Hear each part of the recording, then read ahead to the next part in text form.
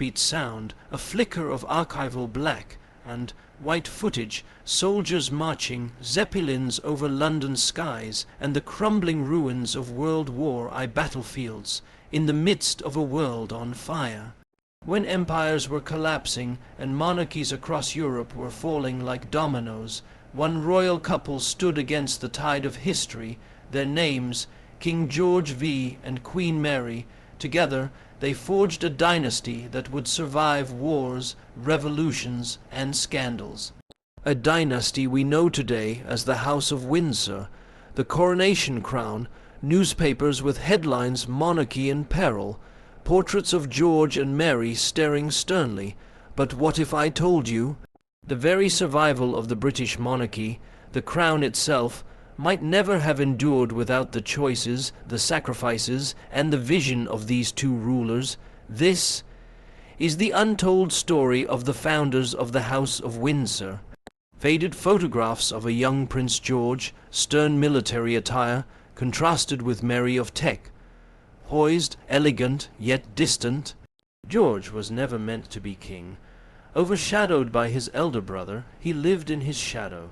Quiet, disciplined, a naval officer devoted to duty. But fate is never predictable. When tragedy struck and his brother died unexpectedly, George was thrust into a destiny he never sought. The camera pans across Queen Mary's portraits, her jewels, her towering presence. And Mary, the quiet princess who had once been betrothed to that very brother, she would become his queen instead, a woman of iron will and unwavering dignity. Together they became a symbol of stability in an unstable world. Explosions of World War I, trenches, soldiers writing letters home, streets of London under blackout. Then came the Great War, a conflict so vast that it swallowed entire nations, 20 million lives lost, monarchies toppled across Europe, the Romanovs in Russia, the Habsburgs in Austria, the Hohenzollerns in Germany. In the chaos, the very idea of kings and queens seemed destined to vanish. George V walking among wounded soldiers, Mary comforting orphans, the royal family waving to troops. But George and Mary understood something critical. To survive, the monarchy had to change. It could no longer be seen as foreign, aloof, or tied to enemy powers. Newspapers splashing the words House of Windsor established, the old names Saxe, Coburg, and Gotha fading into history. In 1917, as German bombs fell from the sky and anti-German sentiment swept Britain, George V made a bold decision. He erased his family's German roots, abandoning the names Saxe, Coburg, and Gotha. From its ashes he created something new, something distinctly British. The House of Windsor was born. It was more than a name, it was a transformation, a monarchy reborn for a modern age. Footage of crowds cheering the royal family, royal processions, and the aftermath of war. The gamble worked. While nearly every European crown crumbled, Britain's monarchy survived. Today, nearly 1/3 of the world's population lives in countries that still recognize the House of Windsor. Billions watched the coronations, weddings, and funerals of its descendants. George and Mary's decision changed not just their era, but the entire future of monarchy itself. Slow motion of Windsor Castle, the crown jewels glistening, archival footage of Queen Elizabeth Roman II and King Charles Roman III. George V and Queen Mary could not have imagined how far their dynasty would stretch through wars, through triumphs, through heartbreaks, but they laid the foundation. They built a monarchy that adapted, endured, and against all odds, survived. Fade to modern day, the British monarchy today, global audiences watching royal events. History remembers kings and queens not for their crowns, but for their choices. In the darkest hour of Britain's past, George and Mary made theirs. They gave us the House of Windsor, an institution still standing over a century later. The question that remains, in the storms yet to come, Will the house they built continue to endure? The world at the dawn of the 20th century was a very different place than the one we know today. Empires stretched across continents, monarchs sat upon thrones that seemed immovable, and crowns gleamed under the weight of centuries, old traditions. Nearly every corner of Europe was ruled by royalty: the Romanovs in Russia, the Habsburgs in Austria, Hungary, the Hohenzollerns in Germany, and the Saxe, Coburgs in Britain, all bound together not just by treaties and politics, but by bloodlines. Queen Victoria, Britain's long reigning monarch, had been nicknamed the grandmother of Europe, for her descendants occupied palaces across the continent. On the surface, it appeared to be a golden age for monarchy, yet beneath this glittering facade, the world was shifting in ways that would soon test these ancient institutions like never before. Industrialization had changed the way people lived and worked. Cities were swelling with factory laborers, and their demands for better rights, higher wages, and political power grew louder each year. New ideas like socialism and republicanism were spreading among intellectuals and ordinary people alike. The authority of monarchs, once seen as sacred and unquestionable, was beginning to crack. For the first time in centuries, many dared to imagine a future without kings and queens. The spark that would ignite this fragile balance came in the summer of 1914, when Archduke Franz Ferdinand of Austria was assassinated in Sarajevo. Alliances collapsed into war. What was supposed to be a short conflict spiraled into 4 long years of unimaginable destruction. The First World War swept across Europe with a fury no one had ever seen before. Armies that once rode horses now faced tanks and machine guns. Soldiers who had once fought with honor in open fields were now buried alive in trenches, enduring endless mud, hunger, and fear. Poison gas turned battlefields into nightmares. By the time the guns fell silent in 1918, nearly 20 million people were dead, and more than 20 million were wounded. But the devastation was not only on the battlefield.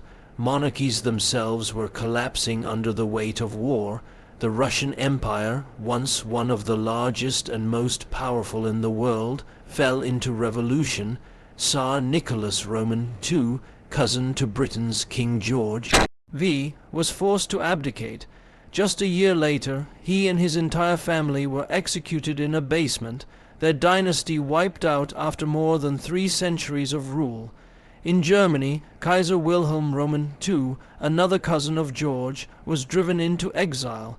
He would live the rest of his days in the Netherlands, stripped of his throne and powerless.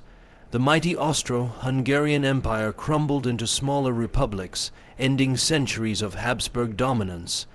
In only a few years, 3 of Europe's great dynasties had fallen, their crowns discarded as relics of a bygone era.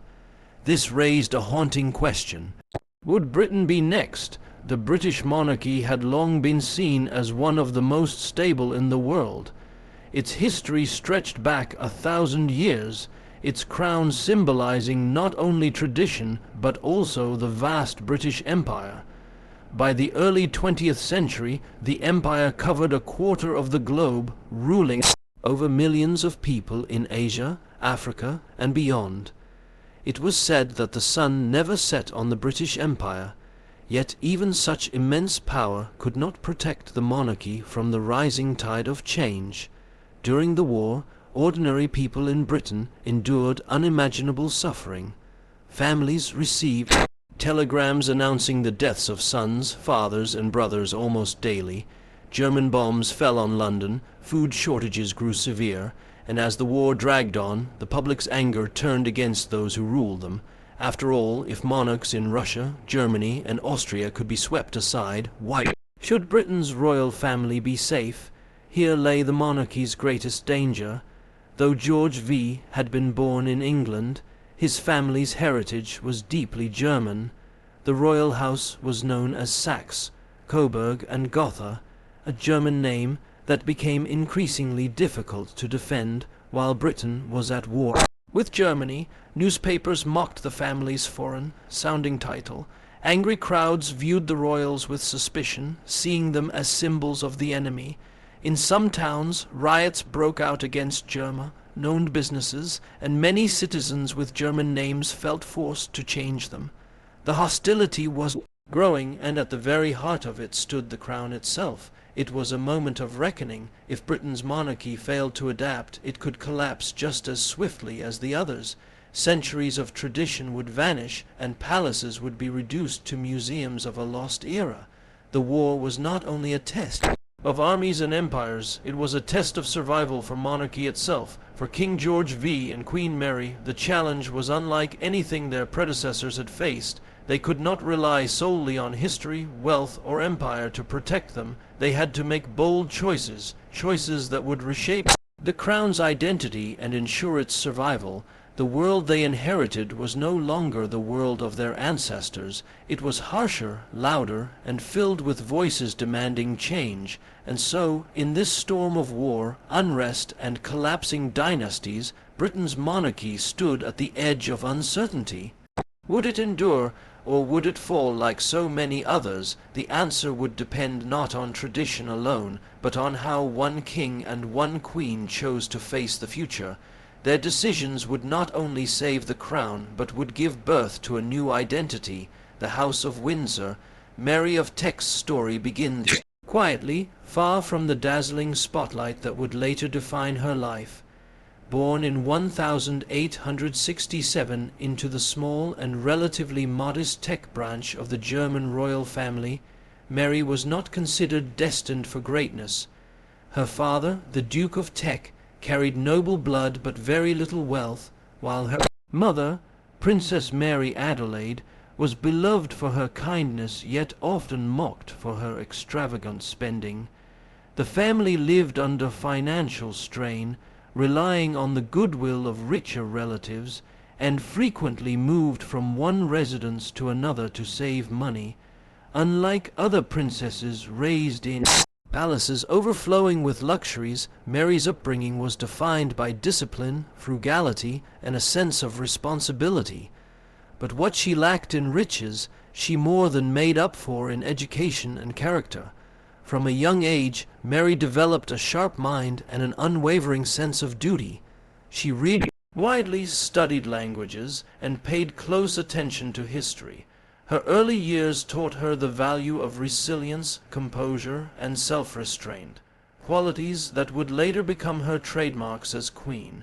More importantly, she understood hardship in ways many royals did not. This gave her a deeper empathy for others, a quality that would quietly strengthen her bond with the British people during difficult times. Her path toward the British throne, however, was anything but certain. Initially, she was engaged to Prince Albert Victor, the eldest son of the Prince of Wales, and heir to the throne. It seemed like a perfect match. Mary was intelligent, steady, and well suited to balance Albert's more carefree personality. But fate intervened in the harshest way. In 1892, Albert suddenly died of influenza at just 28 years old, leaving Mary heartbroken and her future uncertain. Once again, for many young women of her position, such a tragedy would have meant retreating into a life of quiet obscurity. Yet Mary's story took a different turn. Over time, her close bond with Albert's younger brother, George, deepened. Where Albert had been impulsive and playful, George was serious, shy, and deeply committed to duty. Their temperaments matched in ways that surprised even those closest to them. In 1893, George and Mary married, beginning a partnership that would endure for more than 4 decades. From the very start, Mary approached her role with the same discipline and steadiness that had defined her childhood. As the Duchess of York, and later as Princess of Wales, she focused on raising her family, managing royal responsibilities, and supporting George's career in the Navy. She bore 6 children, instilling in them the same values of duty and restraint that guided her own life, yet she was not a warm or openly affectionate mother. To her, discipline came before indulgence, and the crown always came before personal comfort. Her children often described her as distant, but they also respected her strength. Mary's life changed dramatically in 1910 when George ascended the throne as King George V. As Queen Consort, Mary assumed one of the most demanding roles in the world. The British Empire was at its height, spanning continents and ruling over hundreds of millions of people. A queen's every move was scrutinized, her presence carrying enormous symbolic weight. Mary embraced this responsibility with quiet determination. She became a master of public appearances, often touring hospitals, charities, and schools with a calm dignity that reassured ordinary people. Her ability to appear composed, even in times of crisis, gave the monarchy a sense of stability. She wore her jewels and gowns not as vanity but as symbols of continuity, reminding people that their monarchy endured even as the world around them shifted. But perhaps her greatest strength was her loyalty to George. She stood beside him through the trials of World War I, supporting his difficult decisions and offering counsel in moments of doubt. Where George was reserved and sometimes uncertain, Mary provided steadiness. She reminded him of the need to modernize the monarchy, to connect with the people, and to adapt if they were to survive the storm. Mary herself was not untouched by controversy. Her passion for collecting treasures, paintings, jewels, and furniture was well known, and some criticized her for being too strict with her children. Yet her sense of purpose was undeniable. She believed her role was not to seek personal happiness, but to uphold the monarchy and preserve its dignity. In her mind, she had been placed in her position for a reason, and she carried that responsibility with unwavering seriousness. By the end of World War I, when monarchies across Europe had crumbled, Queen Mary's presence had become a powerful symbol of endurance. Ordinary Britons saw in her a woman who, despite her wealth and status, carried herself with the same composure and discipline that they themselves aspired to during difficult times. She embodied sacrifice, continuity, and quiet strength. Mary of Teck began life as a princess of modest means, with little expectation of greatness, yet through resilience, tragedy, and an unshakable sense of duty, she rose to become one of the most influential queens in modern British history. Her journey from the daughter of a financially struggling duke to the matriarch of the House of Windsor is more than just a royal love story. It is the story of a woman who understood the weight of history on her shoulders and who carried it with grace. Her life was not one of glamour alone, but of responsibility, and in that responsibility she found her purpose. For George and Mary, duty was never a choice. It was the very core of their lives. From the moment George became king in 1910, both he and Mary understood that their personal desires would forever be secondary to the needs of the crown. In a world where monarchies were collapsing and republican movements were gaining strength, their devotion to responsibility was not only a personal trait, but a survival strategy for the monarchy itself. George was not a man of flamboyant charm or magnetic speeches. He was quiet, serious, and sometimes seen as stern. Yet what he lacked in charisma, he compensated for with an unshakable sense of obligation. He rose early each day, worked tirelessly through government documents, and gave his full attention to the responsibilities of the crown. His routine was strict, his schedule demanding, and his discipline absolute. For him, the role of king was not about glory, but about service. Mary shared this same conviction. As queen, she embraced her role with a quiet dignity that resonated with people across Britain and the Empire. She saw her position not as an opportunity for personal comfort, but as a lifelong mission to uphold the stability of the monarchy. Whether attending state events, visiting hospitals, or inspecting charities, she carried herself with the same composure. Her presence alone projected reassurance, a reminder that the monarchy stood firm even as the world seemed to crumble around it. Together, George and Mary formed a partnership built on mutual respect and an unspoken agreement. Duty would always come first. Their marriage was not about public displays of affection or personal indulgence. Instead, it was defined by loyalty, discipline, and the shared belief that they had been entrusted with something greater than themselves. Even in their private life, they lived with a formality that reflected the seriousness of their roles. Their home was not a place of relaxation, but a continuation of their devotion to responsibility. This commitment came at a cost. Their children often felt the weight of strict expectations, raised under an environment where discipline overshadowed warmth. George and Mary were not the affectionate parents of fairy tales. They demanded obedience, order, and respect. The crown came before family, and personal happiness was often sacrificed in the name of duty. Yet, while their children sometimes struggled with this distance, the couple believed they were preparing them for the responsibilities of royal life, a life in which personal desires could never outweigh the needs of the institution.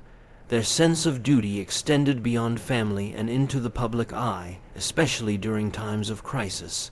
During World War I, George and Mary visited military hospitals, factories, and war-torn communities, offering comfort to soldiers and civilians alike. They chose not to hide in the safety of palaces, but to stand with their people in moments of hardship. For those grieving the loss of loved ones, seeing the king and queen share in their sorrow brought a sense of unity.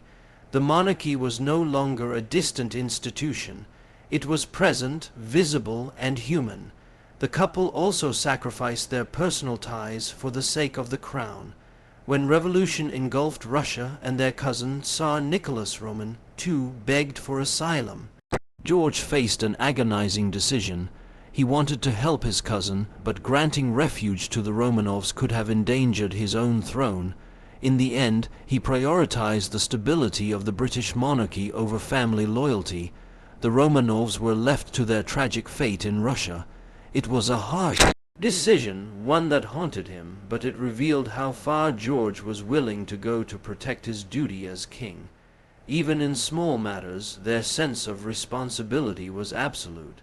George was meticulous about appearances, insisting on a plain, almost military style of living, avoiding extravagance at a time when many of his subjects were suffering.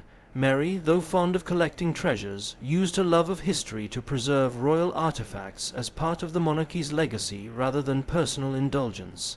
Every action, every decision was measured against the question, would this strengthen or weaken the crown? This devotion did not make them universally loved. Some saw them as cold, even severe. Yet, for many, their seriousness was exactly what the times demanded. In an era of upheaval, George and Mary embodied stability. Their unwavering dedication reminded people that the monarchy was more than ceremony. It was an anchor in uncertain waters. By placing duty above all else, George and Mary secured the trust of their subjects. While monarchs elsewhere lost credibility, they reinforced the idea that the British crown still had a place in a modern world. They showed that survival depended not on power alone, but on service, humility, and sacrifice. Their lives became an example of what it meant to live not for oneself, but for a greater cause. For George and Mary, the crown was not a privilege. It was a burden they carried willingly, and in carrying it, they preserved the monarchy at a time when its survival was anything but guaranteed. When the summer of 1914 dawned, few could imagine the storm that was about to engulf Europe. Tensions had been building for decades, rival empires competing for influence, military alliances tightening like a noose, and nationalist fervor spreading across the continent. The assassination of Archduke Franz Ferdinand was the spark, but the fuel for war had been laid long before. Once the first shots were fired, the world plunged into a conflict unlike anything humanity had ever seen. For King George V, it was more than distant war among nations. It was a battle that would shape the survival of his crown, his empire, and the very identity of Britain. As armies marched and trenches stretched across Europe, George found himself in a precarious position. His bloodline tied him to both allies and enemies. His grandmother, Queen Victoria, had filled Europe's thrones with her descendants. George was a cousin to Kaiser Wilhelm Roman II of Germany, and also related to Tsar Nicholas Roman II of Russia. What should have been a strength, a family network across the continent, suddenly became a liability. Many questioned where the king's loyalties lay. Would Britain's monarch, with his German roots and surname, stand firmly with his people, or would he be seen as a divided figure in a time of war? The answer came through action, not words.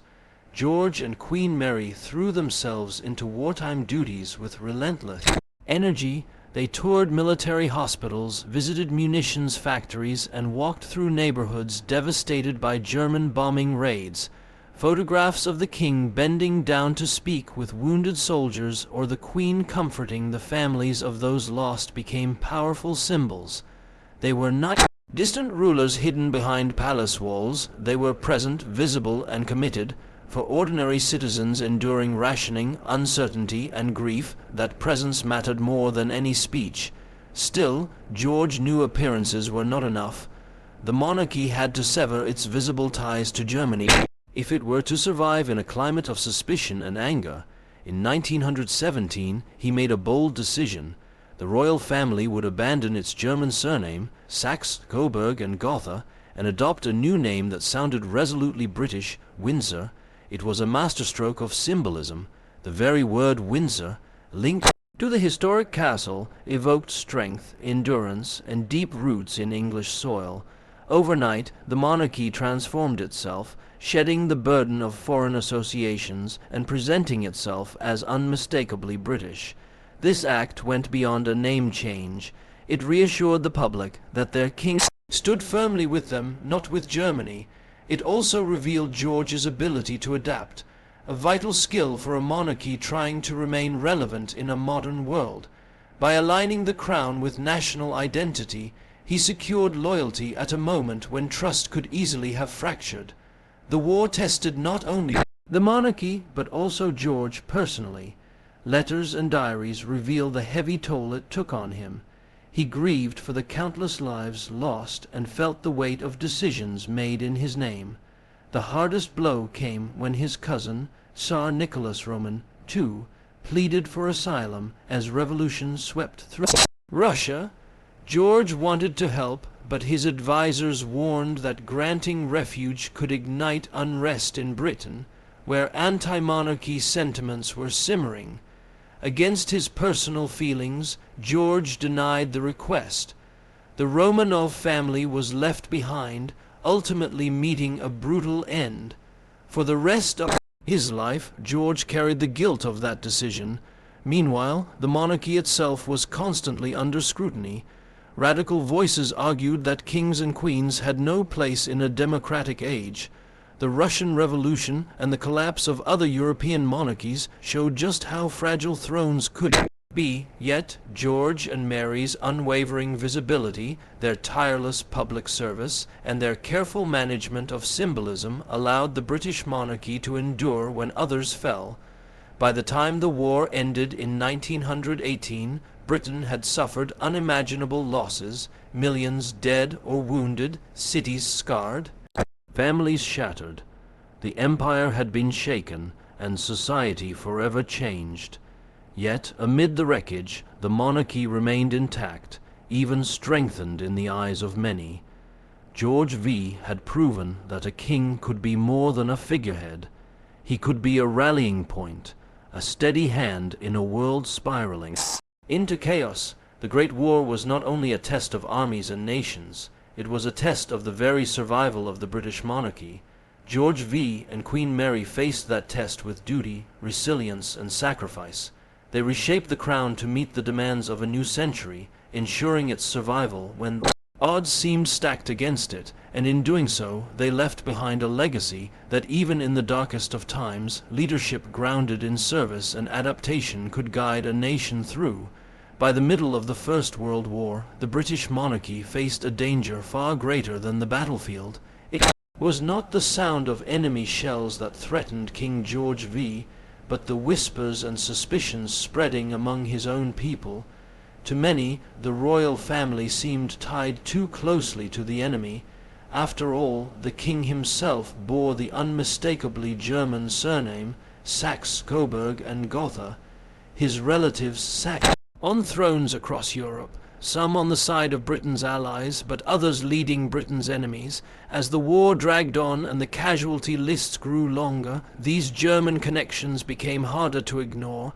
Anti-German feeling in Britain reached a fever pitch. Newspapers stoked it, shop windows were smashed if they bore German-sounding names, and ordinary people with German ancestry were treated with suspicion, even violence. In London, riots erupted against anything seen as foreign. The monarchy, with its German heritage, suddenly looked vulnerable. For centuries, kings and queens had relied on the belief that they were symbols of unity, but now critics asked an uncomfortable question: how could the head of Britain's war effort carry a name tied to the very enemy soldiers killing British sons in the trenches? The problem was not just abstract, it became painfully visible in July 1917. A German aircraft dropped bombs on London, killing civilians in their own homes. In reports, the enemy machines were called Gotha bombers, named after the German duchy from which the British royal family itself descended. The irony was too sharp to ignore. Citizens began to murmur that the king himself was connected, by blood and by name, to the enemy raining destruction upon them. George V understood the danger. His throne and the future of the monarchy depended on the trust of his people.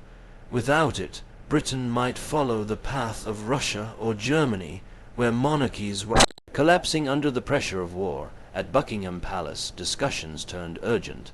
Something had to be done to prove that the king was not German, that his loyalty was only to Britain. The solution was dramatic and unprecedented. In July 1917, George made a decision that would alter royal history forever. He renounced the family's German titles and ordered a new name for the dynasty, Windsor. The name was carefully chosen. Windsor Castle had stood for centuries as a fortress of English power, a symbol of endurance and tradition. By taking it as the family name, George tied the monarchy directly to the soil and history of Britain. It was no longer about foreign bloodlines, it was about a homegrown legacy. But this was more than a change of letters on official documents. It was a deliberate act of reinvention. The king also ordered his relatives to give up their German styles and princely titles. Some were created British peers instead, while others quietly slipped into private life. The message was clear: the British monarchy belonged to Britain and to Britain alone. The transformation was immediate.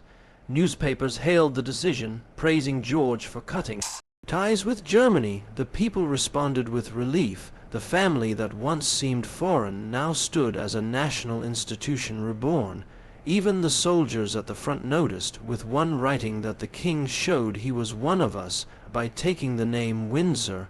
It was a symbolic act, but in times of war, symbols carried enormous weight. Yet the decision came with its share of personal cost. George was deeply fond of many of his German relatives, men and women he had grown up with, written letters to, and called family. To strip away those connections was painful, but the survival of monarchy demanded sacrifice, and George was willing to bear it. In private, he may have mourned the loss of that old European network of royalty. In public, he stood firm as a king who belonged entirely to his people. The German question revealed just how fragile monarchy could be in an age of nationalism and mass politics. In earlier centuries, rulers could afford foreign names and connections, but in the crucible of modern war, kings and queens needed to be symbols of their nations, not of a vanished world of royal cousins and dynastic marriages. George V recognized this truth. By reshaping his dynasty into the House of Windsor, he did more than save his throne in 1917. He ensured the monarchy would survive into the 20th century and beyond. When the guns finally fell silent in 1918, Britain was scarred, but the monarchy endured, and much of that survival traced back to George's choice to confront the German question head-on. He had shown his people that the crown could adapt, could change, and could remain relevant in a world where tradition alone was no longer enough. The name Windsor was new, but the institution behind it was strengthened. It would carry forward into another century, weathering wars, crises, and transformations, always anchored to the choice made in those tense wartime months. The monarchy's survival was not inevitable. It depended on decisions like these, taken at moments of doubt and danger. The German question could have ended the crown. Instead, it gave birth to a dynasty that still stands today, rooted not in bloodlines that crossed borders, but in the hearts and loyalty of the people it served. The year 1917 was a turning point not just for the British monarchy, but for its very identity. As the First World War raged on, Britain was gripped by grief, anger, and suspicion. German bombs were falling on London, German names were despised in the streets, and anything that carried a trace of the enemy was rejected. At the heart of this storm sat King George V, a man born into a dynasty that carried a German title. Saxe-Coburg and Gotha. To the public, this name now felt like a betrayal. It did not matter that the king was devoted to his country or that he had no loyalty to Germany. What mattered was perception.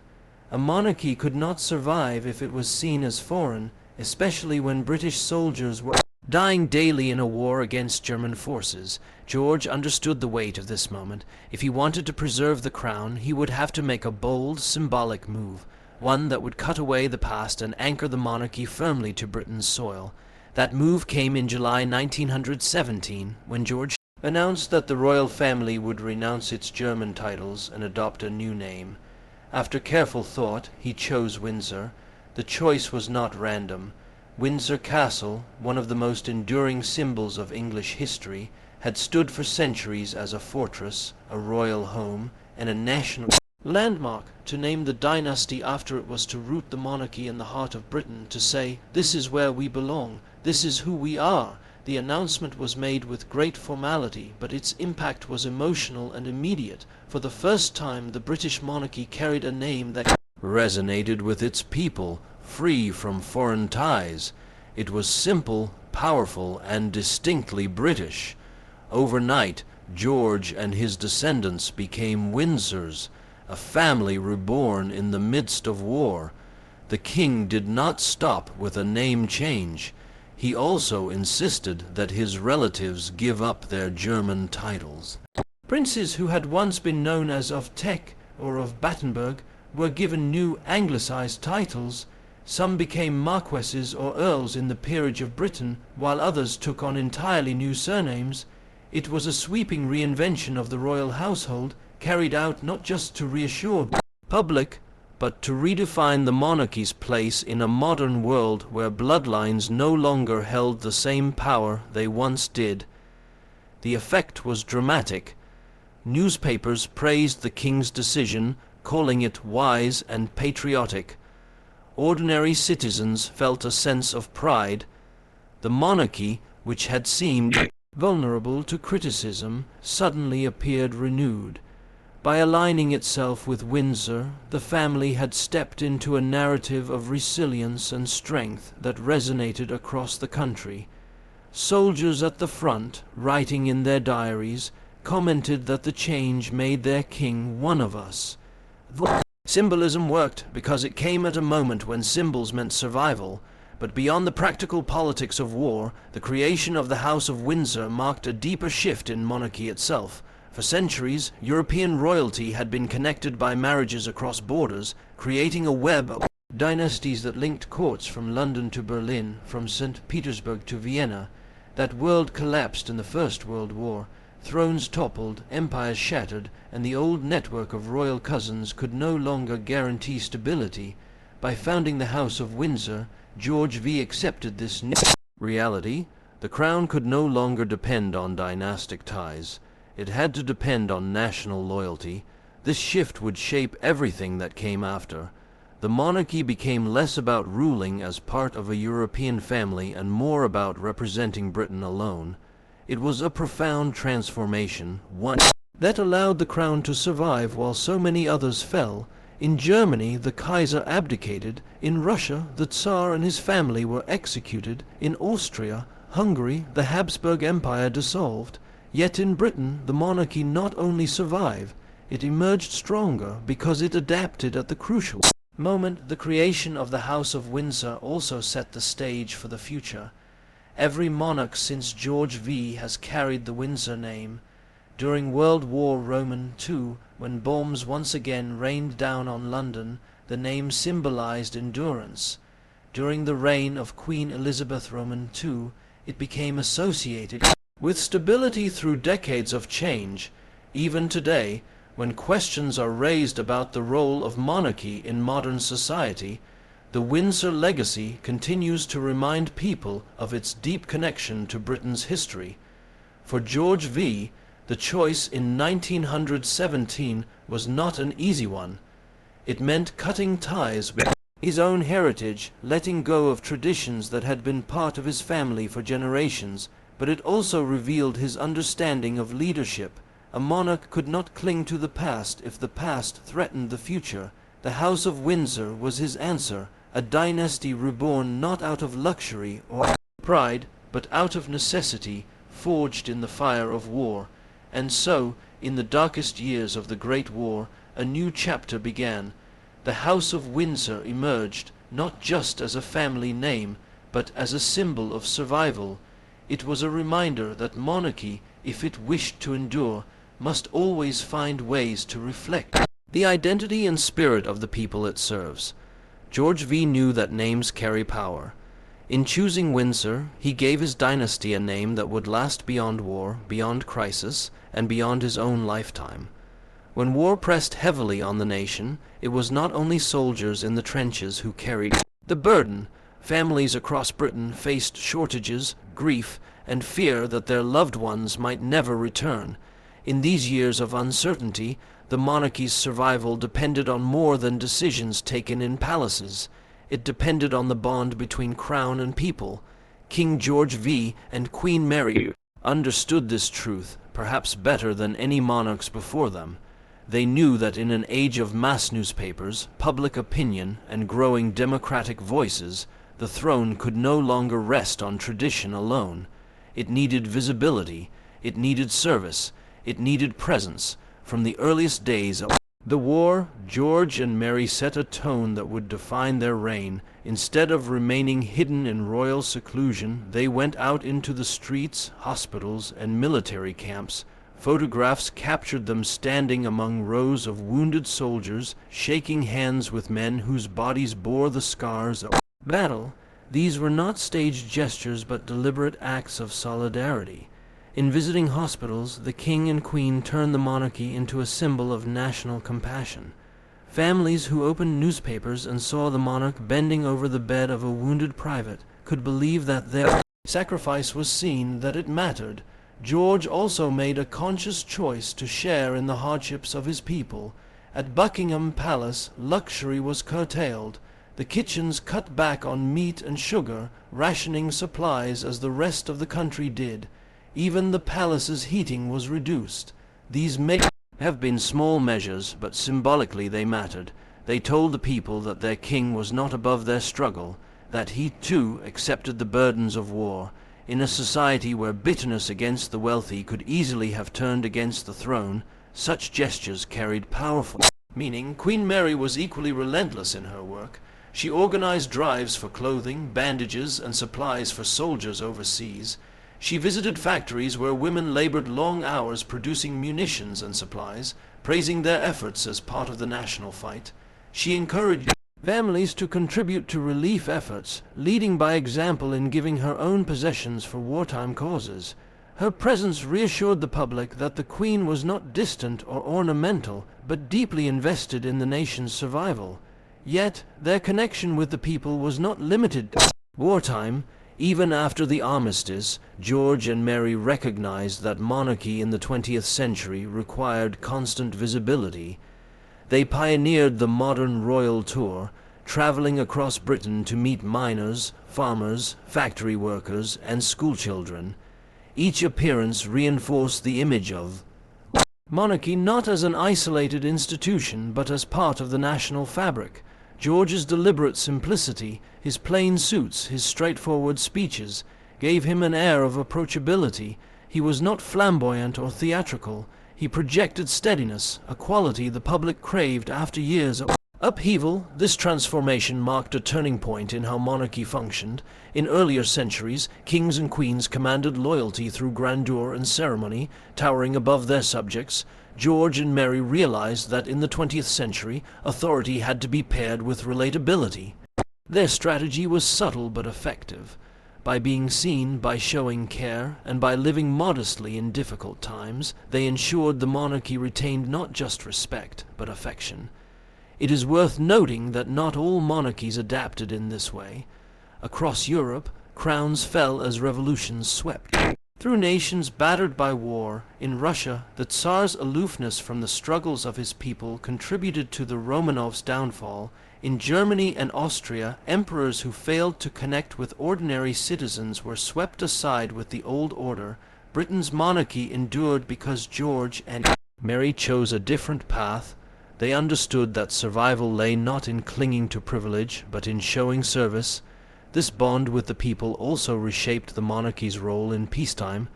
National celebrations, such as the Silver Jubilee in 1935, became more than royal occasions. They were moments of shared identity, where the public felt part of something larger than themselves. Streets filled with flags and music, not simply because a king was being honored, but because citizens felt a personal connection to him. Even in private, George believed in the power of duty to the people. His daily routine was famously strict. He worked long hours on official papers, met ministers with precision, and kept himself informed on the lives of his subjects.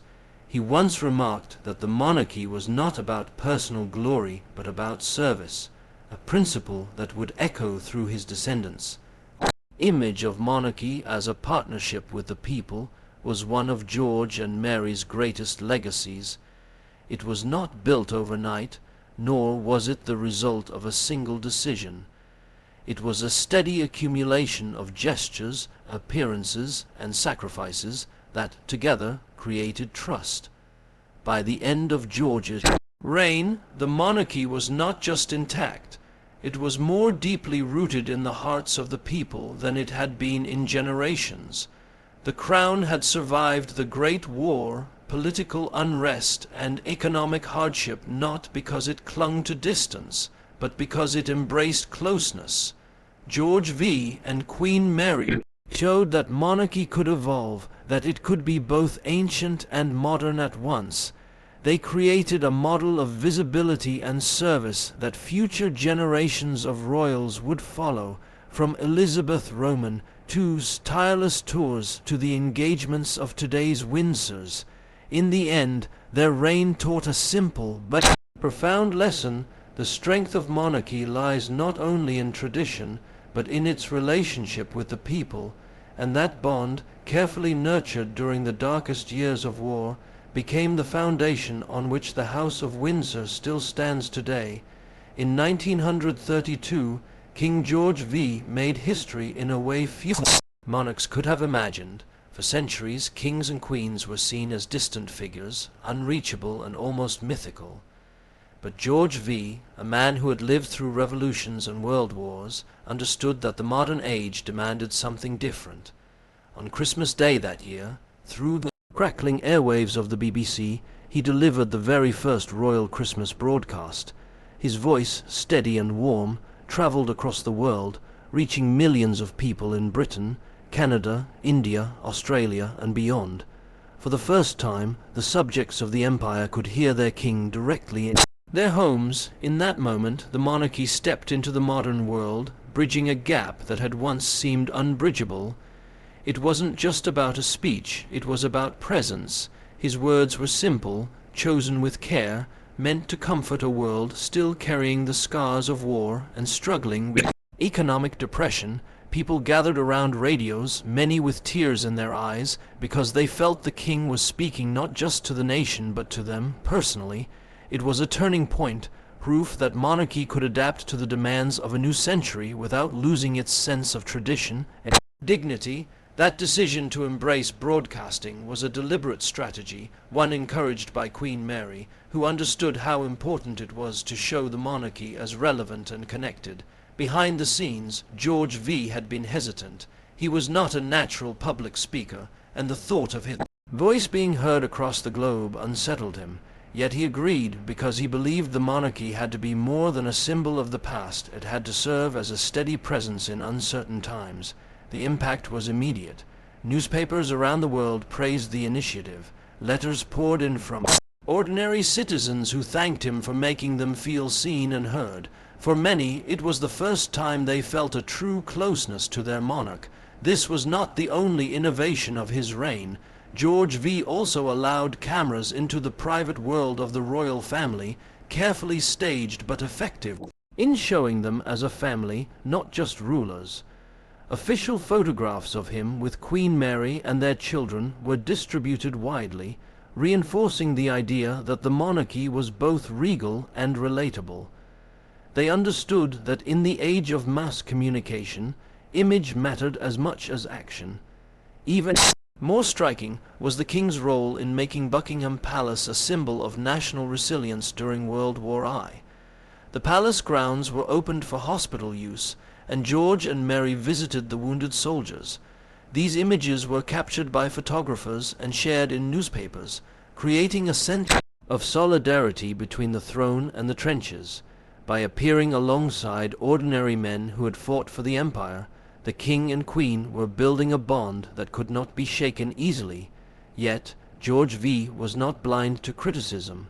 The press had grown stronger in this era, and newspapers were no longer afraid to question the monarchy. The king accepted that scrutiny was part of modern life. He believed that the way to withstand it was not by withdrawing into silence, but by showing consistency, reliability, and humanity. That philosophy carried into his Christmas messages, which became an annual tradition. Each year his words reflected the concerns of his people, from the economic challenges of the 1930s to the growing fears of instability in Europe. Queen Mary also played an important role in shaping the monarchy's image. Known for her strong sense of duty and her ability to preserve tradition, she encouraged George to strike a balance between modern openness and royal dignity. It was she who often reminded him that every gesture, every word, and every public appearance carried meaning far beyond the walls of the palace. Together, they crafted a monarchy that could evolve without losing its identity.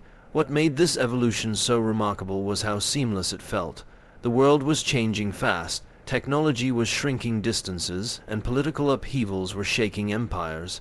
But George V managed to keep the monarchy both stable and approachable. His willingness to adapt without abandoning the crown's symbolic weight was what made the House of Windsor endure.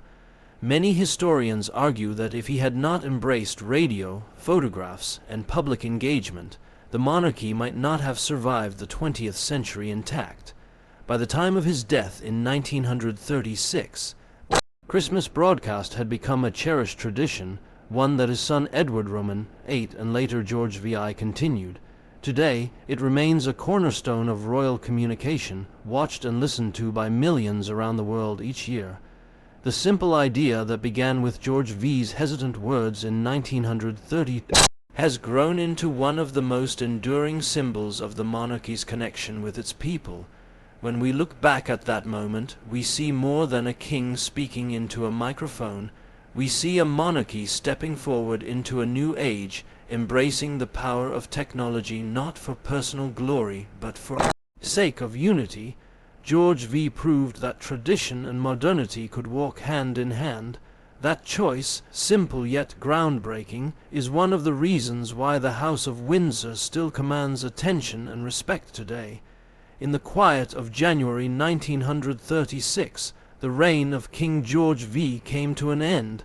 After 25 years on the throne, his passing marked more than the loss of a monarch. It marked the closing of an era that had witnessed the transformation of Britain and its empire. The world he left behind was not the same one he had inherited. When George ascended the throne in 1910, Europe was still ruled by powerful monarchies bound by bloodlines. By the time of his death, the continent was scarred by war, empires had collapsed, and the political order had shifted forever. Yet through all this upheaval, George V had kept the British monarchy intact, steady, and relevant. The announcement of his death shook the nation. Newspapers across Britain and the Empire carried somber headlines, and church bells tolled in mourning. Millions paused in silence to remember a man who, though reserved and often seen as strict, had become a symbol of stability during times of uncertainty. His reign had carried the people through the tragedy of World War I, the turbulence of political reforms, and the struggles of the Great Depression. To many, he was the anchor of their nation, a monarch who embodied duty over personal comfort. But George's passing also raised urgent questions about succession. His eldest son, Edward Roman VIII, now stood to inherit the crown. Unlike his father, Edward had long been viewed with unease by many within political and royal circles. Charismatic and modern in his outlook, he had won admiration for his charm and ability to connect with people. Yet behind this charisma lay choices and desires that would soon ignite the greatest constitutional crisis the monarchy had faced in centuries. Edward's love for Wallis Simpson, an American divorcee, set the stage for a clash between personal desire and royal duty. The crown demanded a king who could serve as a moral compass, a figurehead beyond reproach in the eyes of the public and the church. Yet Edward was unwilling to give up the woman he loved. The struggle was more than private. It was national, and it threatened to tear apart the very institution his father had spent a lifetime protecting. Within a year of George's death, Edward made the unprecedented choice to abdicate the throne. The impact was seismic. The monarchy, suddenly at the brink of collapse, was rescued only by the quiet resilience of George V's second son, who would become George VI. A shy man plagued by age, stammer, and uncertainty, George VI stepped into a role he had never expected to hold. But his reign, particularly during World War II, would restore faith in the crown, reinforcing the foundation laid by his father. Queen Mary, now a widow, played a vital role in this transition. Steadfast as always, she guided her son with her unwavering sense of duty and tradition. For her, the survival of the monarchy was paramount, and she believed the sacrifices required of the royal family were worth it to preserve the crown. Her presence during this turbulent period reassured the public that continuity and stability remained at the heart of the monarchy, even when personal lives seemed to unravel.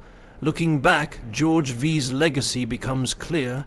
He had reshaped the monarchy at a time when monarchs across Europe were falling.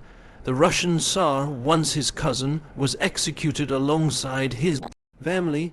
German and Austrian thrones were abolished, and kingship in many nations became a relic of the past. Yet in Britain the monarchy endured. It did so not by accident, but because George understood that adaptation was survival. By renaming the dynasty the House of Windsor, by embracing technologies like radio, and by standing shoulder to shoulder with his people during war and hardship, he secured the crown's place in the modern world. His reign left behind lessons still felt today. Monarchies cannot survive on tradition alone.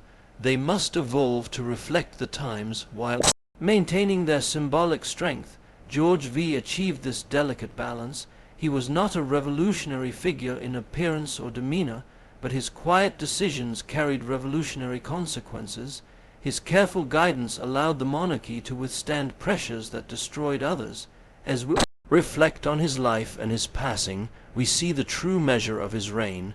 George V and Queen Mary were more than just figures of the past. They were the architects of a monarchy that could endure the storms of the 20th century and beyond. Their choices, sacrifices, and vision created the Windsor legacy that still defines the British royal family today, and perhaps that is the most striking part of their story. In the face of war, social change, and personal trials, They managed to turn an ancient institution into a living symbol for a new world. Their reign was not about grandeur or spectacle. It was about survival, adaptation, and resilience. That resilience carried the monarchy through one of its darkest hours and ensured that even now the name Windsor carries with it a sense of history, continuity, and strength.